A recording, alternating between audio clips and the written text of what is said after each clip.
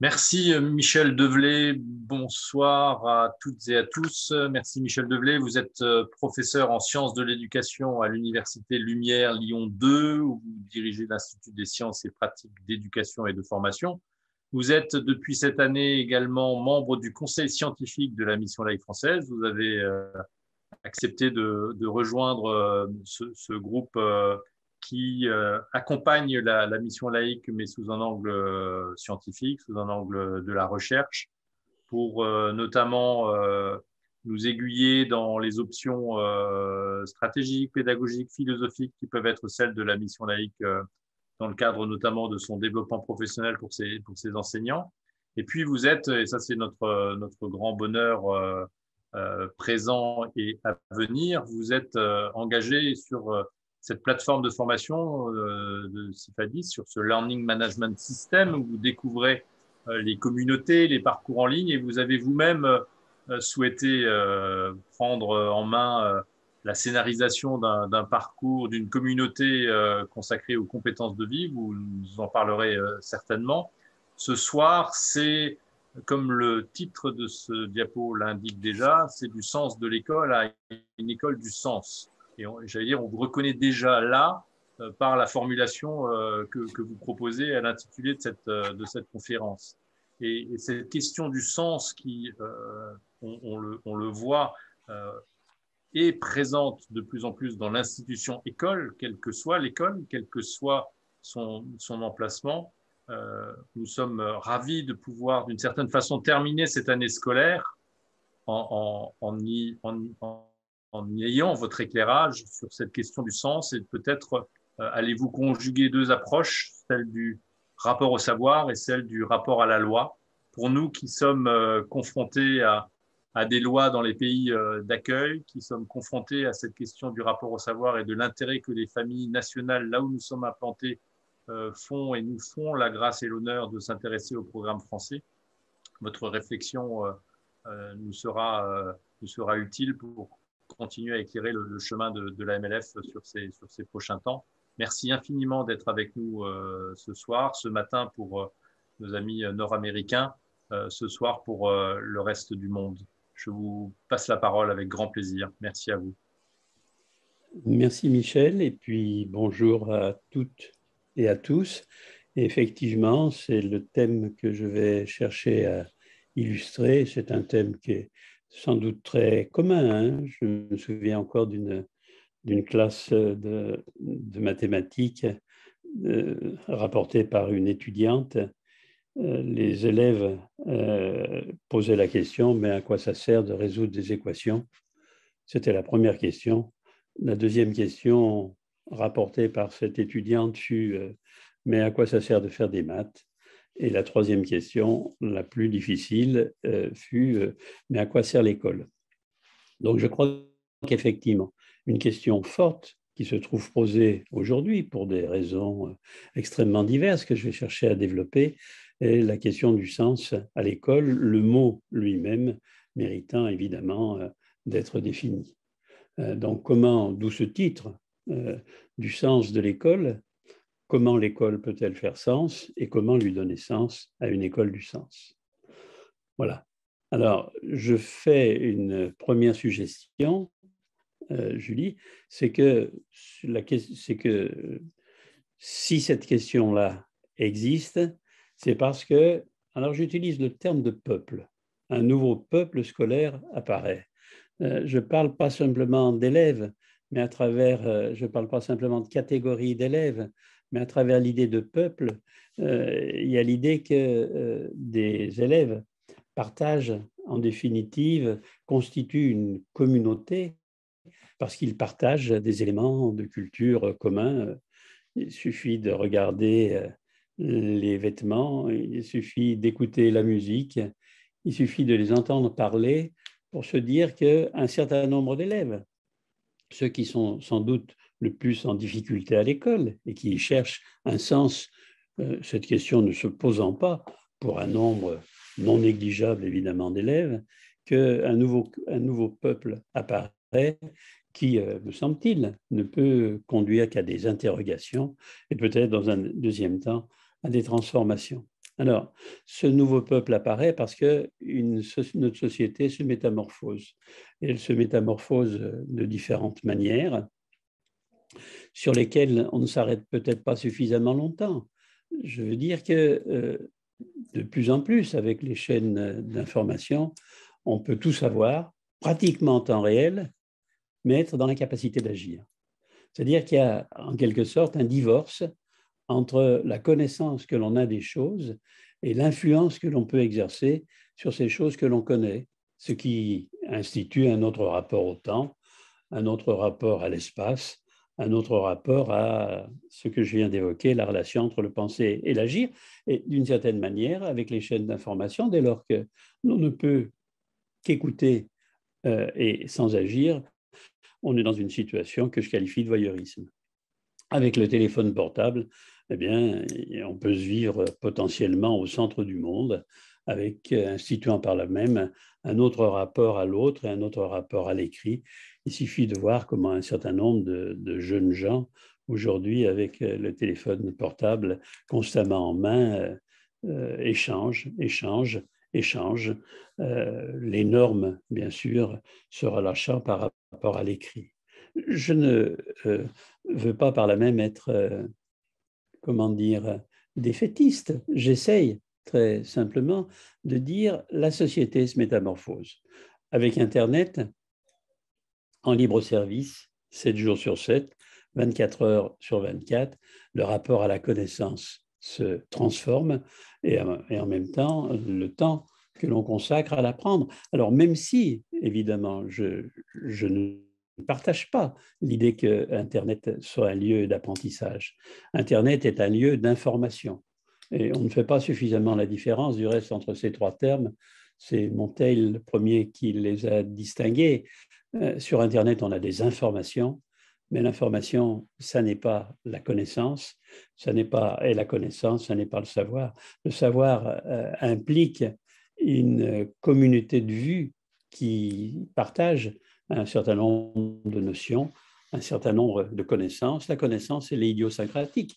Je veux dire que là, je fais un exposé, chacune des personnes qui l'entend, à travers l'information que je ventile, construit sa propre connaissance. C'est en cela que la connaissance est idiosyncratique. Et à travers les communautés de personnes, s'érige quelque chose qui vise à l'universalité, qui est le savoir. Alors, Internet dispense des informations, mais en aucun cas ne dispense le savoir. Le savoir, mais nous y reviendrons, implique quelque chose qui est de l'ordre de la mise en réseau des notions et non pas de notions qui, à la manière de Pierre du Petit Pousset, s'aligneraient les unes après les autres. Alors, conséquence, à travers les métamorphoses de notre société, un autre rapport au temps, un autre rapport à l'espace, à la causalité, à l'autorité aussi de ceux qui savent, c'est-à-dire qu'entre l'instituteur que j'ai connu qui représentait le savoir et aujourd'hui ce qu'en est de la représentation du savoir par les élèves, un monde est en train de s'instituer. La société se métamorphose, premier point. Deuxième point, les familles aussi se transforment. Alors, quand on va, et cela peut paraître très étonnant, il faut aller consulter l'INSEE pour s'apercevoir, moi aussi cela m'a profondément surpris, qu'un mariage sur 3 aujourd'hui se termine par un divorce, qu'un mariage ne dure pas plus de 9 ans en moyenne et que 5 ans après le début de la cohabitation, 20% des couples sont séparés. 5 ans après le début d'une cohabitation, 20% des couples sont séparés. Ce qui fait que, comme 3 millions d'enfants, d'enfants et d'adolescents de moins de 25 ans vivent dans ces familles et que dans 85% des cas, ces familles monoparentales ont à leur tête une maman, le rapport, là aussi, à la famille, le rapport à ce que l'on ne peut que continuer à appeler l'autorité paternelle, se distend profondément.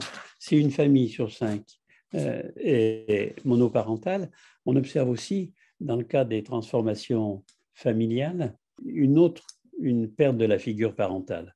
Un couple sur deux se séparera, l'enfant est confié à la mère dans 80% des décisions judiciaires et 75% des délinquants juvéniles proviennent des familles aux parents séparés. Alors évidemment, tout ceci mériterait beaucoup plus que cette approche très rapide. Il faudrait regarder ce qu'il y en est des QSP, il faudrait regarder ce qu'il y en est des catégories socio-professionnelles, il faudrait regarder ce qu'il y en est de ces familles par rapport à leur lieu de vie. Mais d'une manière générale, les familles se transforment et regardez ce qu'il y en est après une enquête auprès de 500 élèves de CM2. 90% aujourd'hui ont accès à Internet dans le domicile. Je vous laisse lire. Bref, nos sociétés se transforment. Dans le même temps, les familles se transforment. Et alors, j'ose utiliser ce terme, un nouveau peuple scolaire apparaît. Ce nouveau peuple scolaire qui apparaît, alors j'utilise le terme de peuple, je l'ai justifié tout à l'heure. Ce sont des termes que nous avons développés avec Jacques Lévin. Il fut un temps que je connus où on pouvait parler d'un devoir d'alliance qui existait entre l'école, les enseignants et les élèves. Il y avait ce qu'on appelait une groupalité scolaire. Il y avait en quelque sorte, alors ça peut paraître un petit peu abusif de le dire de la sorte, mais si quand je rentrais de l'école primaire, j'avais le malheur de dire que l'instituteur avait fait ceci ou cela, ou, d'une certaine manière, on ne me croyait que très difficilement. Une confiance grande existait entre les familles et l'école, entre les programmes scolaires et les programmes du quotidien.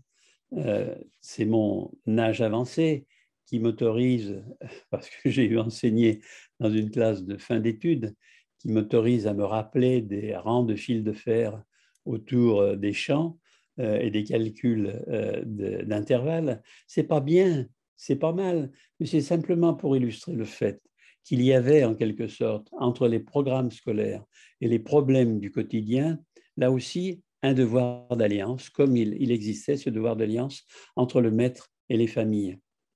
Et on est passé d'une groupalité scolaire traditionnelle à une groupalité actuelle qui se matérialise sous trois formes.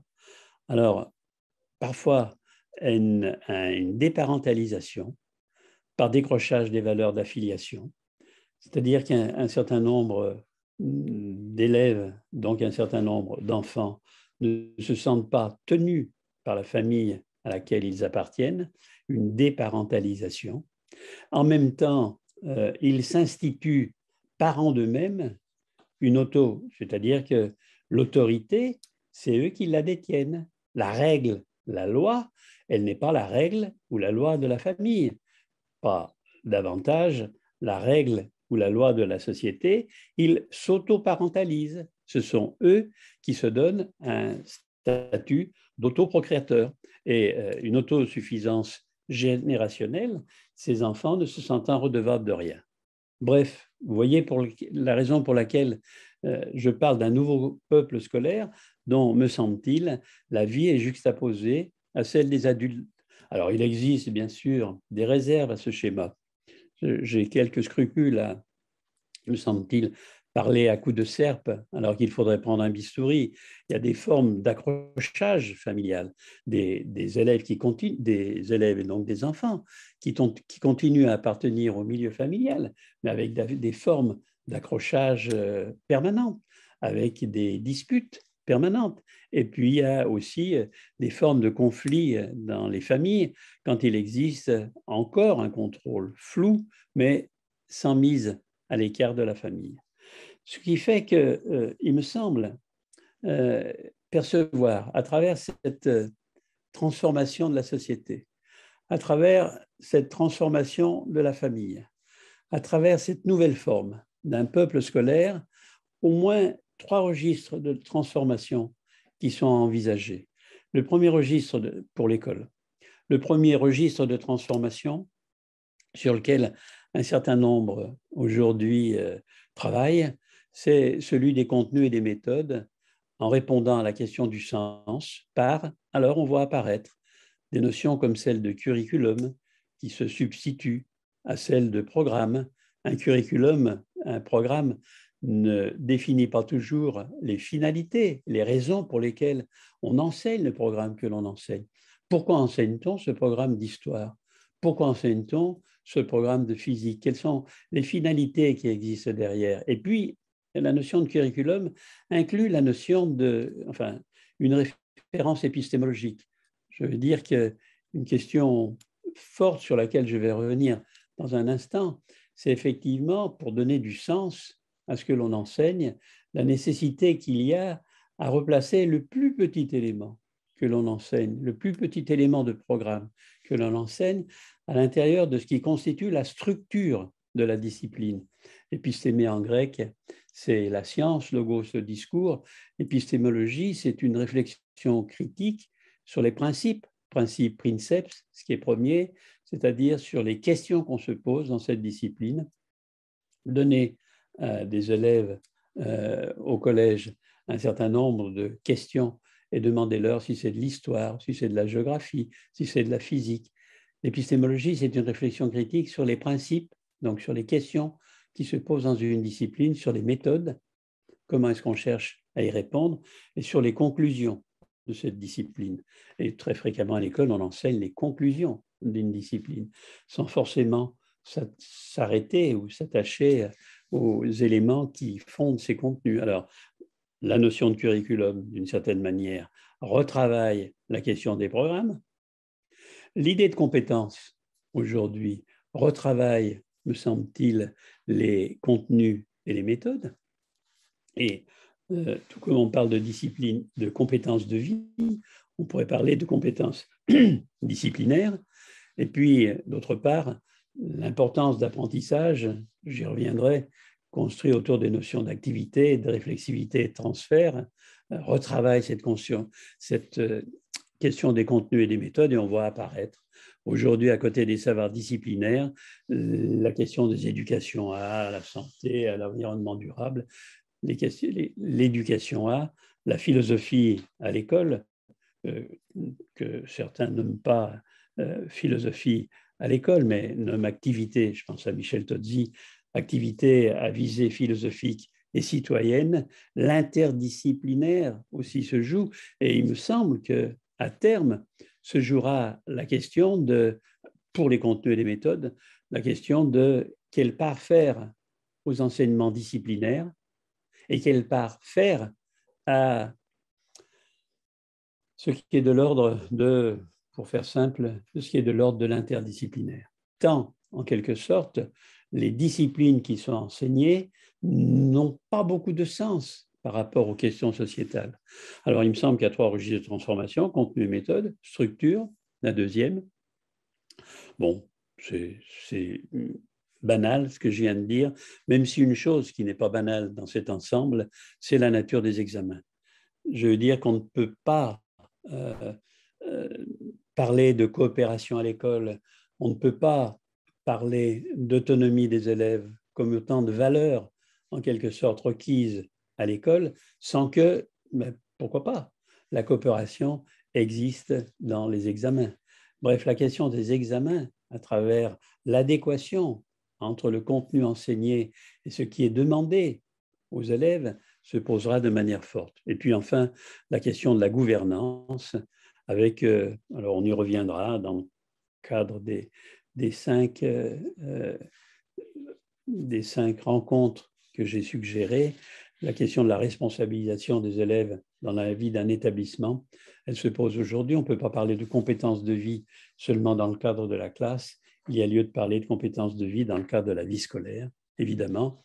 Et puis, je pense à la dernière lecture de Julie Gounet sur le développement professionnel des enseignants, le rôle du chef d'établissement, de l'inspecteur, des structures internes de l'établissement. Ces questions, je l'observe dans un certain nombre de pays, se posent avec une réelle acuité. Donc, la société se transforme, la famille se transforme, un nouveau peuple scolaire apparaît.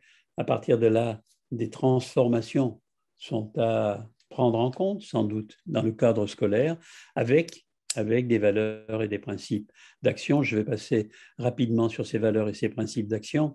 Je pense que l'importance à penser l'école à travers une vision humaniste, cette vision qui croit à la liberté humaine, cette vision qui croit à la responsabilité que l'on a de ses actes, cette vision des rapports humains qui croit à la tolérance ou à la raison, la valeur accordée à l'humanisme me semble faire de l'homme non pas le moyen, mais la fin de l'action d'apprentissage à l'école, faire de l'élève en quelque sorte. Et oui, placer l'élève, hein, il n'a jamais parlé de l'enfant, Lionel Jospin, il parlait bien de l'élève, donc de celui qui apprend, placer l'élève au centre du tissu éducatif. Et puis, alors, cette idée qui me semble là aussi importante, holistique, ça veut dire entier, ça veut dire complète, comme un hologramme qui présente un tout complet qui ne peut pas être expliqué seulement par certains de ces éléments. Penser de manière holistique, c'est penser la complexité. L'élève n'est pas qu'une personne épistémique, c'est un être bio, psycho, socio-épistémique. Je veux dire que chacun de nous sommes différents, pas simplement parce que nous connaissons ou parce que nous avons envie d'apprendre, mais chacun de nous est différent parce qu'il est issu d'une famille différente, il s'inscrit dans un cadre social différent. Et enfin, penser la complexité, et je suis heureux qu'Alain Bouvier soit là parce que c'est lui qui, le premier, m'a intéressé à penser l'établissement comme une organisation apprenante. Enfin, si les principes sont déterminés par les valeurs, c'est ce qui fait la différence entre les deux. Et des principes pour faciliter les apprentissages des élèves, c'est prendre en compte la structure des disciplines, leur épistémologie, c'est avoir le souci de la mémoire par l'histoire, et j'y reviendrai parce que ça me semble aussi peut-être neuf, réfléchir en termes ontologiques.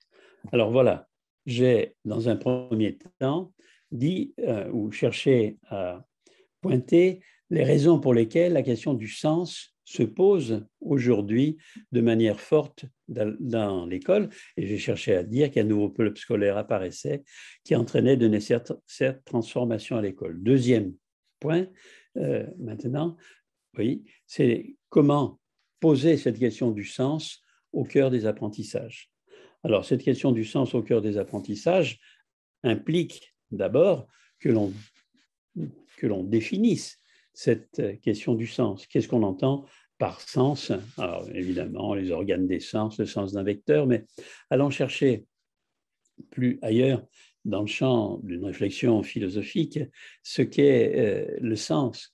Quand quelqu'un dit que sa vie n'a aucun sens, quand quelqu'un cherche du sens dans une situation, qu'est-ce qu'il dit? Alors, je suis allé regarder du côté de la littérature, en empruntant qu'à un auteur, qu'à Camus, qui, dans un ouvrage qui s'appelle Les Noces, dans un petit recueil d'essais qu'il publie avant la Deuxième Guerre mondiale, en partant de l'Algérie,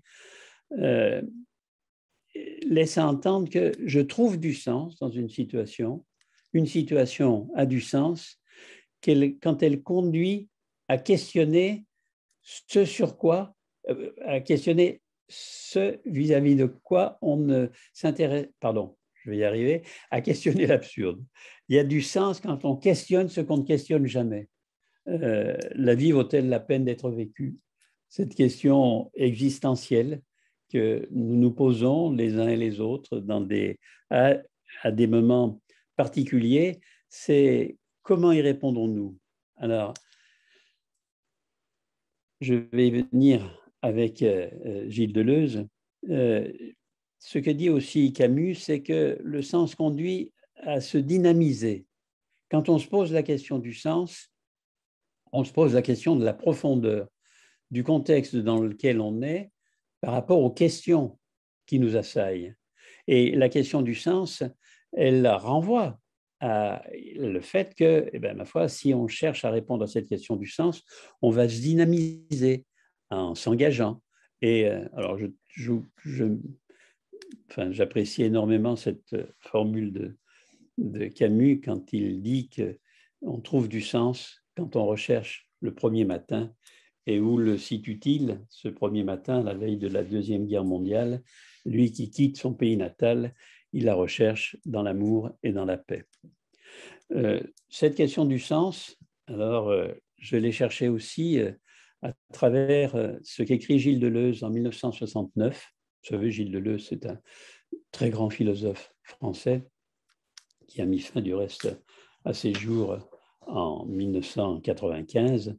Gilles Deleuze a beaucoup écrit, notamment avec un psychanalyste qui est Guattari. Et Gilles Deleuze écrit dans ce livre publié en 1969 et qui a pour titre « Les logiques du sens », il fait l'hypothèse, et donc il suggère que le sens est dans le rapport à soi, que le sens est dans le rapport aux autres, que le sens est dans le rapport au monde. D'une certaine manière, je trouve du sens quand les situations que je vis, les questions qui m'assaillent, entretiennent un rapport fort avec moi-même, avec ce que je suis, avec ce que je fais, avec ce que je pense. Il suggère que le sens tire en quelque sorte sa puissance du rapport aux autres.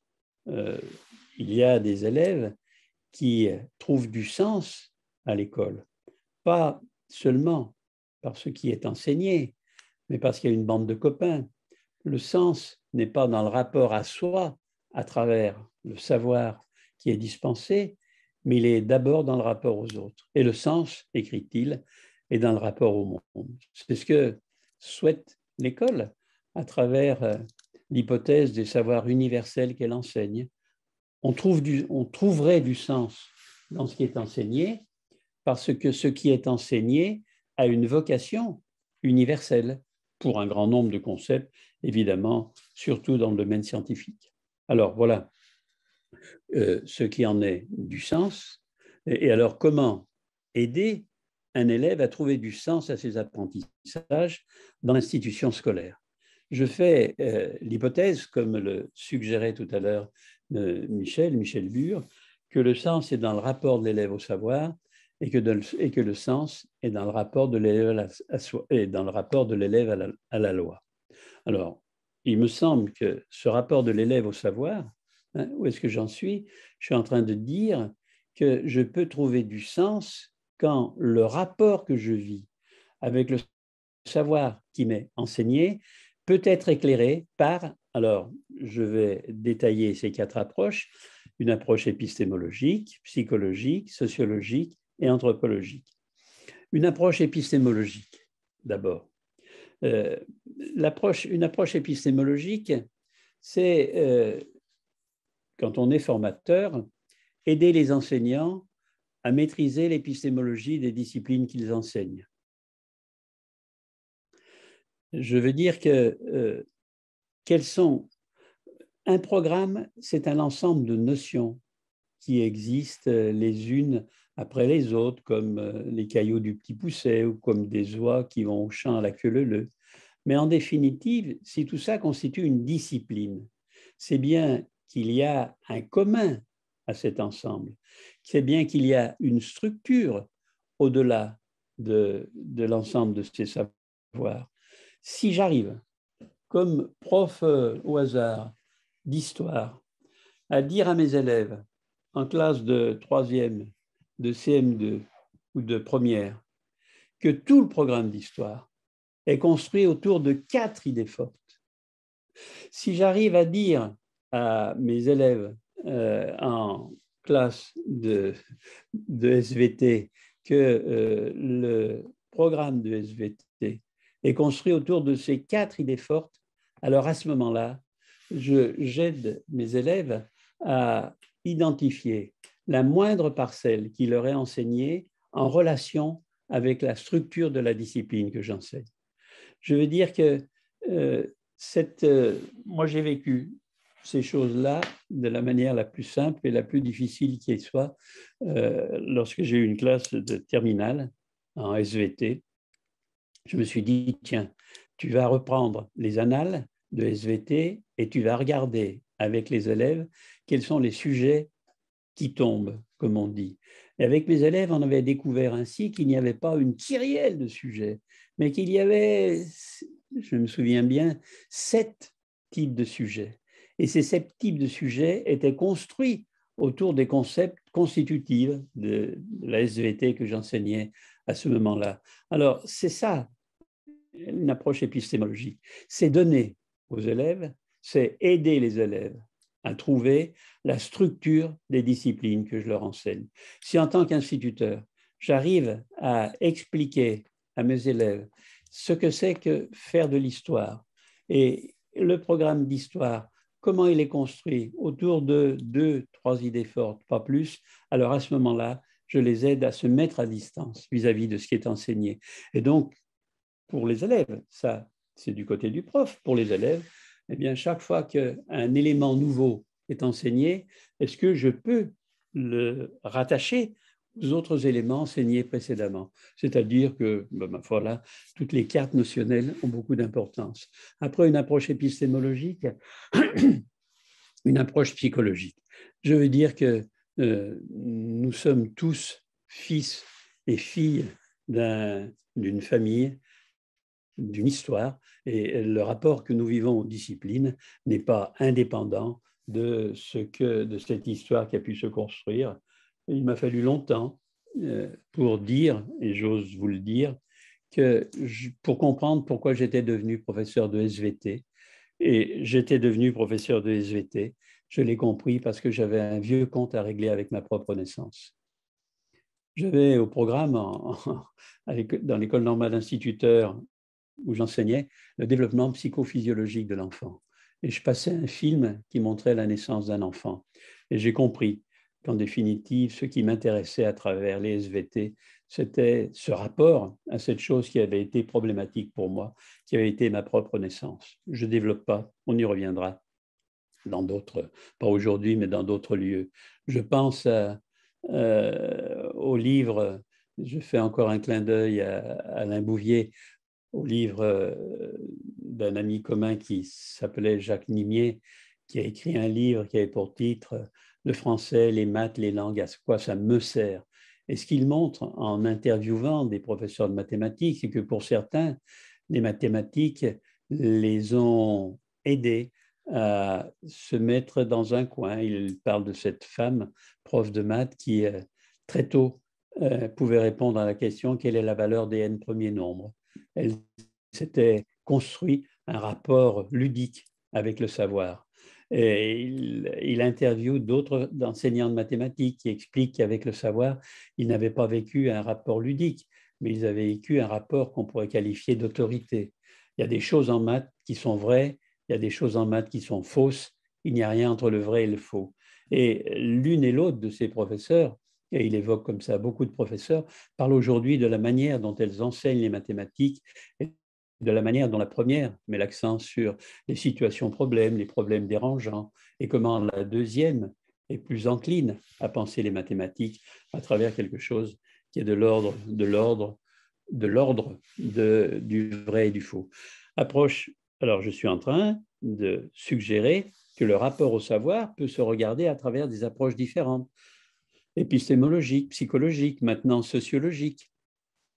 Je passe assez vite parce que je vois le temps défiler, mais c'est important là aussi de considérer qu'à travers nos parcours de vie, à travers nos parcours personnels qui ont été des parcours, si nous sommes ce que nous sommes, des parcours de réussite, nous nous sommes construits une identité et aider les élèves à voir comment les disciplines que nous enseignons peuvent les aider à construire, à participer de la construction de leur identité, en cherchant à les entendre sur les questions qui se posent après un cours, sur les questions qui se posent à l'occasion d'un cours, sur les questions qui se posent au quotidien, sur les questions que l'on peut entendre au journal télévisé ou dans un journal et que l'on peut rapporter en classe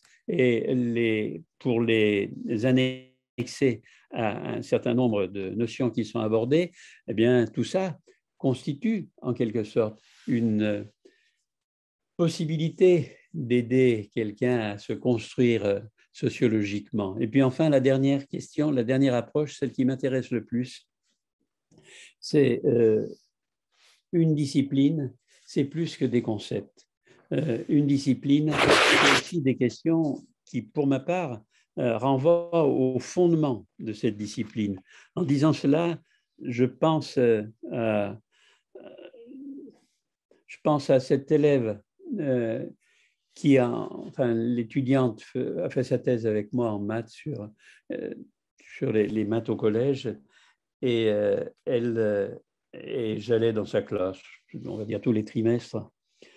Et ce jour-là, un élève pose la question, enfin, je leur demandais aux élèves quelles sont les questions que vous n'osez pas poser à votre prof et que vous oseriez me poser. Et un élève de dire, mais écoutez, on a encore parlé des droites il n'y a pas longtemps. Eh ben, la définition, et l'élève s'adresse à la prof, la définition que vous nous avez donnée, madame, moi, ça, j'arrive pas à l'accepter. Et alors, quelle définition? Eh bien, madame, vous nous dites qu'une droite, c'est un ensemble de points. Eh bien, ça, moi, je peux pas penser qu'une droite, c'est un ensemble de points. Qu'est-ce que tu veux dire? Ben, ça ne peut pas être que des points. Allez, ben, va dessiner au tableau. Et l'élève construit un collier de perles, des points les uns à côté des autres, des points qui se touchent les uns avec les autres. Et ce qu'il dit, parce qu'évidemment, la notion d'idéalité en mathématiques ne l'avait pas effleuré, ce qu'il dit, c'est qu'une droite, ça ne peut pas être un ensemble de points, parce que si les points se touchent, ce n'est plus des points. Ce qu'il veut dire, c'est que les éléments disjoints les uns des autres, qui étaient autant de maillons de ce collier de perles, seraient complètement continus. Il y a bien quelque chose qui existe entre les points. Autrement, les points, ça n'existe pas. Et alors, qu'est-ce que ce serait pour toi une droite? Eh bien, c'est des points peut-être, mais c'est aussi ce qu'il y a entre les points. Eh bien, ce que je veux dire, c'est que quand on fait des maths, on ne fait pas simplement des maths. Peut-être qu'on a à voir avec l'infini, peut-être que l'on a à voir avec l'idéal d'une pensée, peut-être que l'on a à voir avec le hasard et ses corollaires, peut-être que l'on a à voir avec la mesure. Quand on fait des SVT, on a à voir avec le même et l'autre, on a à voir avec le soi et le non-soi. Pensez à ces vaccins. Nous nous faisons vacciner et en définitive, notre corps a conscience, alors que moi, je n'ai pas conscience de l'étranger qui s'inscrit en lui. Et il saura reconnaître, donc il a une mémoire, mon corps, qui n'est pas ma mémoire.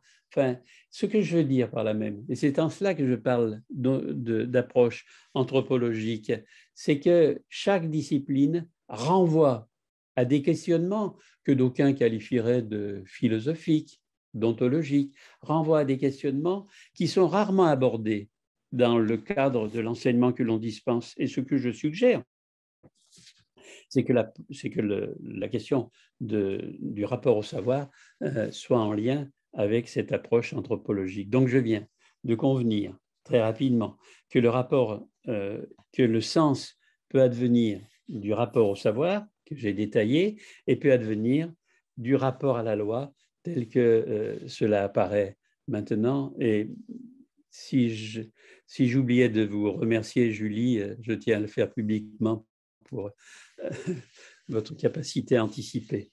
L'homme est d'abord un animal politique, écrit Aristote. Non pas ces politiques que l'on voit à la télévision, mais l'homme est un animal politique de la police, de la cité. L'homme ne peut vivre qu'en cité. L'homme ne peut vivre qu'avec d'autres hommes.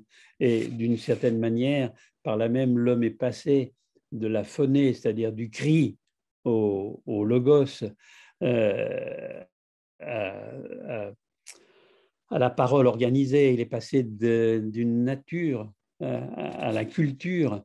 Et l'école est un lieu dans lequel, à travers les règles, on cherche à initier les élèves à la loi qui seule permet de vivre ensemble. On n'insiste pas, je crois suffisamment, sur l'idée que l'école n'est pas qu'une communauté. L'école est une société. L'école est une institution. Et nous ne pouvons vivre ensemble que par les institutions que nous faisons exister. Alors, ça pose des questions que je ne fais qu'évoquer. La question de l'autorité du maître, et ne confondons pas évidemment autorité et autoritarisme, la question de l'implication des élèves dans la vie scolaire, faire comprendre, je me souviens d'une classe, c'était M. Bayrou, qui était ministre de l'Éducation à l'époque, et il avait suggéré que l'on puisse prendre un temps pour discuter avec les élèves des questions qui les assaillaient. Et je me souviens d'une banlieue lyonnaise dans laquelle un élève m'avait dit, mais monsieur, vous avez, et c'était un lycée professionnel, donc accepter le vocabulaire, mais vous avez du pognon. Hein. Alors non, pourquoi on ne vous tirerait pas votre voiture? Vous êtes venu en voiture, pourquoi est-ce qu'on ne vous tirerait pas votre voiture? Hein? Pourquoi est-ce que... Et leur faire comprendre que l'interdiction ne permet que l'autorisation.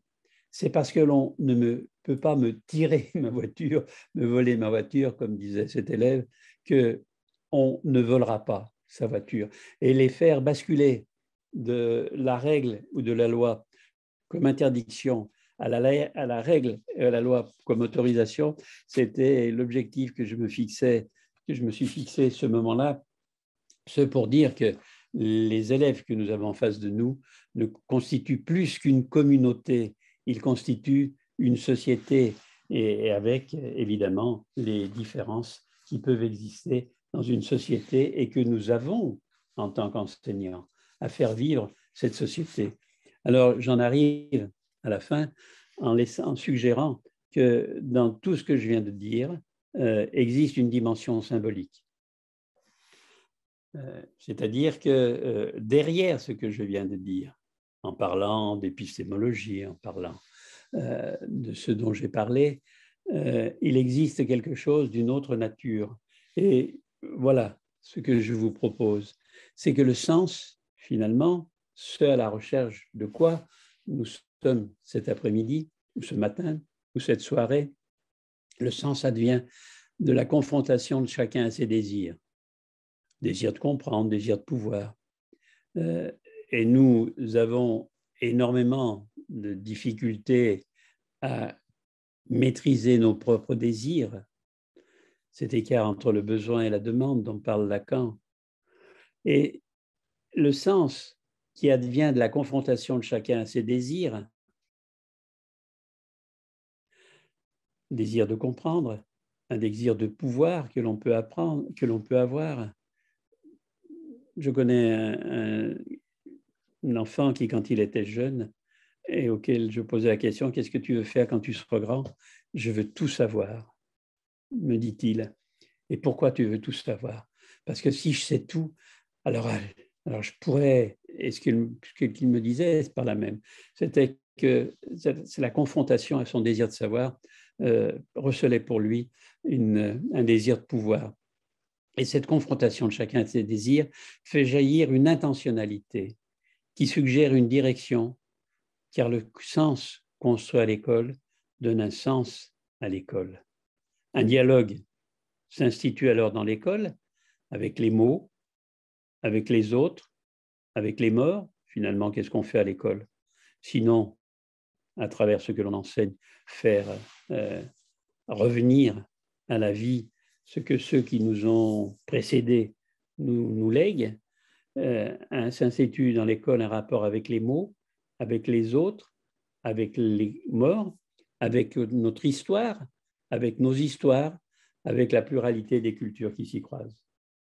Je pense que le plus important pour moi de ce que je viens de dire, c'est dans cette page et la suivante que cela est présent.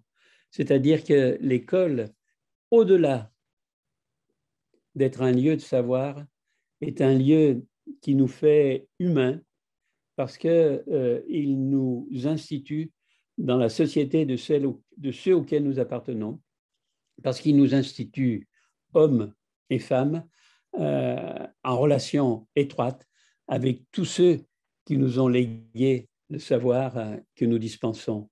Et ainsi, me semble-t-il, aider les élèves à interroger leur rapport au savoir et leur rapport à la loi constitue le début de cette prise de conscience du fantôme d'autrui qui est à l'origine de nos désirs, que chacun porte en lui et qui détermine ou non, face à l'inconnu de l'apprendre et à la puissance symbolique du savoir, une relation de sens.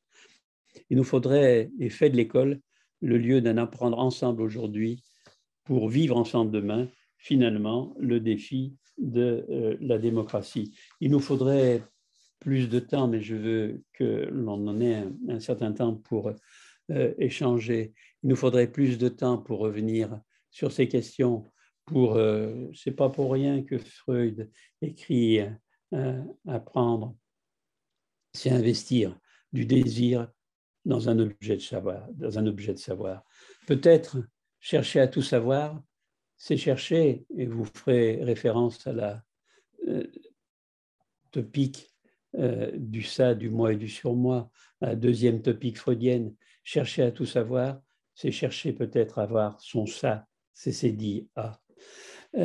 Alors, pour reprendre Shakespeare, nous sommes faits de l'étoffe de nos rêves et sans doute à travers un exposé comme celui-ci, je suis peut-être plus en surplomb qu'au niveau où vous êtes dans le quotidien de votre action. Nous sommes faits dans l'étoffe de nos rêves, ne nous décevons pas. Et toute dernière diapositive pour revenir à des choses plus en lien avec la réalité, ces formes de danse différentes. Lacan, en reprenant d'ailleurs un biologiste, un naturaliste, on disait à l'époque, et Buffon, dit l'homme, c'est le style. L'homme, c'est le style. Alors, si l'homme, c'est le style, mon style, c'est de suggérer que l'apprentissage me permet un apprend, DS, le tissage.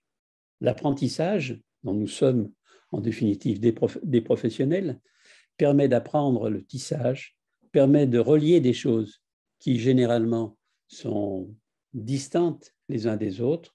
Et d'autre part, l'apprentissage, c'est l'apprenti sage. Si je m'intéresse à l'apprentissage, si vous vous intéressez à l'apprentissage, c'est sans doute parce que l'on confère aux élèves qui nous sont confiés d'être des sages, comme on parle d'un sage en Afrique. À travers l'apprentissage, j'apprends l'apprentissage. Je vous remercie de votre attention et puis, si vous le souhaitez maintenant, on pourrait échanger à travers de cet exposé qui était sans doute un petit peu long. Merci, merci Michel Develay. Dans ce questionnement autour du sens de l'école, vous avez fait le lien et le rapprochement avec ce qu'Alain Bouvier évoque, lui, comme l'organisation apprenante, l'école comme une organisation apprenante. Est-ce que je peux faire le lien, cher Alain, avec ce que nous avons entendu de la part de Michel Develay et de ce que l'on peut entendre par une organisation apprenante, parce que nous avons nous-mêmes dans cette association la volonté d'être une organisation apprenante comme peut l'être l'Académie de Dijon, qui est notre académie partenaire et qui a réfléchi sur cette question, sur ce que l'on a pu lire ici et là, et notamment de François Tadei qui en apporte des éléments. Cher Alain, est-ce que je peux compter sur votre truchement pour alimenter la réflexion et continuer à évoquer cette question de l'organisation apprenante que pourrait être l'école, que pourrait être la MLF à travers la conférence de Michel.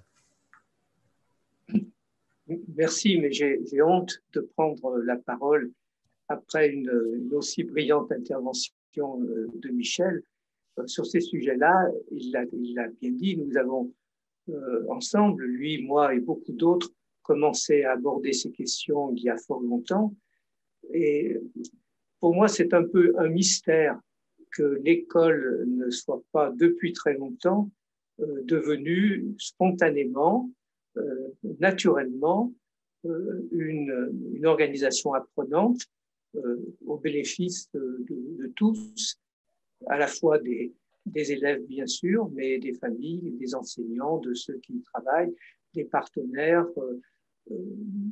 Ça me semble tellement naturel que je n'arrive pas à comprendre pourquoi en une trentaine d'années, on a aussi peu progressé en la matière et pourquoi nous sommes encore aussi loin de véritablement pouvoir évoquer au sujet de l'école des organisations apprenantes. Et je pense que ces idées-là progressent peut-être davantage dans d'autres milieux de notre société contemporaine. Je pense à ceux qui travaillent sur le design, à ceux qui travaillent sur l'innovation, ceux qui travaillent dans tout un tas d'organisations. Ils ont franchi des seuils et des caps que pour l'instant nous n'avons pas encore atteints. Tout à fait.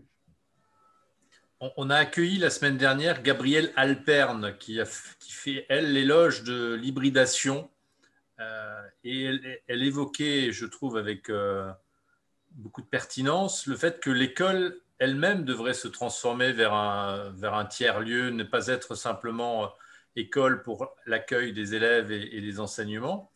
Est-ce que une des pistes, Alain, Michel et l'ensemble des collègues ici présents, ne serait pas justement d'imaginer une nouvelle définition peut-être ou vocation de l'école pour aller vers cette organisation apprenante qui est peut-être en effet freinée parce que le périmètre qui est le sien l'empêche peut-être par l'instruction telle qu'elle existe aujourd'hui. Et Alain, dans vos chroniques, vous l'évoquez régulièrement de ce qui freine ou de ce qui est bloquant.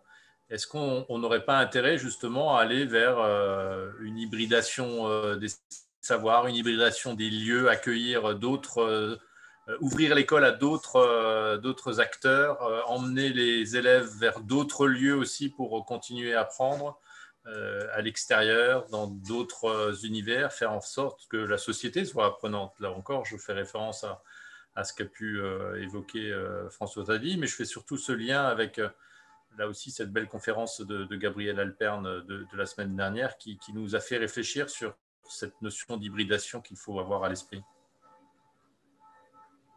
Oui, je pense. J'ai le sentiment qu'avec ce qui est en train de se passer, qu'avec le Covid, d'une certaine manière, l'école technologiquement est en train de s'hybrider. Je pense que la question du distanciel et du présentiel risque de se poser de manière différente. Vous l'avez résolu, parce que par nature, la MLF est mondiale dans l'espace qu'elle représente. Mais pour le petit collège X ou pour le petit collège Y, c'est beaucoup moins évident. Et un certain nombre d'enseignants, aujourd'hui, moi je l'observe, sont en train de se poser la question. Qu'est-ce qui relève, en définitive, de la nécessité d'être ensemble en classe et qu'est-ce qui relève de la possibilité du distanciel? L'État du Texas aux USA, mais enfin, je pense qu'il y a plus de 20 ans maintenant, s'est posé cette question. C'est-à-dire, finalement, s'est posé cette question de manière au plan économique. Si à chaque élève, on achète un ordinateur portable, si les familles ont la possibilité d'avoir une connexion Internet qui soit complètement efficace, si on fait exister de manière simulée un enseignant devant un groupe d'élèves choisis, selon non pas la spontanéité d'une activité de classe, mais selon un scénario existant précédemment, convient-il encore de faire exister l'école? Et finalement, ils ont répondu oui, parce qu'ils se sont aperçus que l'école est un lieu d'instruction et que l'école est un lieu d'éducation. Et peut-être que la première des hybridations, Michel, qui serait utile pour penser l'école, c'est penser l'éducation à travers l'instruction. Et l'école est peut-être trop pensée en termes d'enseignement et trop pensée en termes d'instruction, pour reprendre le titre du ministère de l'instruction du temps où il existait, et pas simplement en termes d'éducation. Et oui. Pardon, je voulais juste intervenir quand j'ai entendu parler d'occuper d'autres lieux pour l'école, c'est-à-dire élargir l'espace de l'école. Je trouve que, alors après évidemment ça dépend des situations géographiques, mais nos écoles citadines, moi je suis à Casablanca, on a très peu de possibilités d'emmener les enfants dans la nature et moi je suis enseignante en maternelle et je pense que le premier cycle, par le regard qu'on peut avoir sur la nature, sur des animaux qu'on voit vivre dans leur vrai environnement, on va devenir citoyen, mais de façon, j'allais dire, intuitive. Et je trouve que là, de nos jours, l'école, elle est trop, enfin, disons, on a des espèces le mot n'est pas quota, mais une espèce de choses, des tâches, une espèce de cahier des charges à remplir, alors qu'en fait, simplement de vivre à l'extérieur, de rencontrer la nature, de soigner la nature, de s'en occuper ou d'aller rencontrer des personnes âgées dans un EHPAD, ou enfin, après, peu importe, sortir l'école de l'école, en fait, pour rencontrer la vraie vie, parce que des fois, on a l'impression que les enseignements sont pas complètement en adéquation avec la vraie vie des enfants, et justement les rapprocher plus de cette vraie vie, faire rentrer la vraie vie dans l'école, mais sortir les enfants, les emmener aussi oui, mais au contact. Oui, mais vous savez bien pourquoi l'école a existé. L'école a existé aussi historiquement pour séparer en quelque sorte le projet de la société. Comment se transmet-il? Il se transmet à travers l'école, pour séparer les parents de l'école. L'école étant vécue comme le lieu qui permettait en quelque sorte la transmission des valeurs sociétales, la transmission des savoirs, par opposition aux valeurs familiales et aux valeurs aux valeurs et aux connaissances familiales. Donc, sortir de l'école, ce n'est pas simplement un projet qui est un projet pragmatique, c'est un projet qui se trouve, comme tout à l'heure j'évoquais le couple instruction-éducation, qui se trouve confronté en quelque sorte à une histoire de l'institution scolaire. L'école n'est pas un lieu, c'est un lieu qui doit être séparé en quelque sorte du vrai monde. Historiquement, je parle. Hein. Il faut démystifier. Je ne dis pas que je partage ce point de vue. Je dis que historiquement, voilà comment existait l'école. Il faut démystifier le rapport à l'école. C'est pas même à une certaine époque, les instituteurs avaient un statut important dans les villages, etc. Et alors qu'on est juste, je ne dis pas qu'on ne soit pas important, mais on est un vecteur, on est juste là pour donner des pistes et donner des outils aux apprenants, mais pas que des outils de savoir ou de savoir-faire, des outils aussi de savoir-être. Et c'est pour ça qu'il ne faut pas justement séparer l'école de la famille et de ce qu'on apprend à l'école, ce qu'on apprend dans la famille. Les choses sont souvent en lien. Et si elles sont plus en lien avec la vraie vie, etc., les enfants vont y donner plus de sens que quelque chose de plaqué. C'est pour ça que je suis plutôt d'accord avec la façon que vous proposez, mais qui est difficile souvent à mettre en œuvre par les attentes du système. Il y a des examens à passer, il y a des... Voilà, c'était une intervention. Voilà. Il y a 3 lignes d'éducation. Il y a la famille, il y a l'école et il y a la rue. on apprend beaucoup aussi dans la rue. Dans la rue, je veux dire, je ne sais pas moi, dans le marché. dans le club de foot. Non, je parle de la rue au sens large, de ce qui est ni l'école ni la famille. Et donc la question, c'est qu'est-ce qu'on apprend dans chacun de ces lieux particuliers et en quoi tout cela peut-il participer de l'éducation plus généralement des enfants. Pour revenir justement à ce qu'on écoutait, on parlait tout à l'heure, vous disiez effectivement que l'école était une société, une micro-société, et moi je suis plutôt, enfin c'est pas qu'on veut pas sortir les élèves de l'école, mais c'est important qu'ils puissent évoluer dans un environnement justement où ils sont protégés. C'est pour ça que j'appuie sur le micro-société pour pouvoir justement évoluer de manière plus sereine dans la société, comme vous l'avez dit, qui se transforme. Et ça, on ne peut pas faire abstraction de cette transformation. Vous avez parlé effectivement des familles qui évoluent.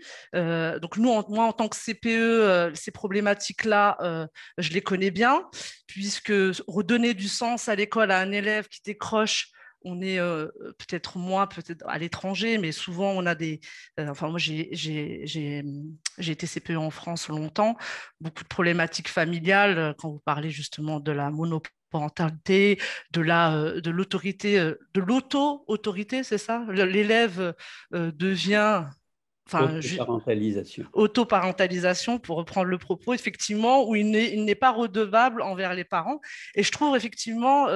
j'en avais pas fait l'analyse, mais effectivement, l'école doit partir, je pense, de l'élève, le cerner dans sa complexité, puisque effectivement, l'élève d'aujourd'hui n'est pas l'élève d'hier, et il faudra, j'ai participé également à la formation concernant l'hybridation, et je pense que toutes ces notions et toutes ces analyses effectivement nous aident à nous projeter vers de nouvelles pratiques professionnelles, puisque effectivement on évolue constamment, on l'a vu avec la crise sanitaire, et nous devons, c'est l'hybridation, on est dans l'hybridation et il faut aller encore plus loin pour pouvoir réussir, parce qu'on doit intervenir effectivement dans le savoir. Mais comme je suis CPE, il y a aussi les clubs, on apprend beaucoup de choses par rapport à la citoyenneté, par rapport à l'éveil des consciences,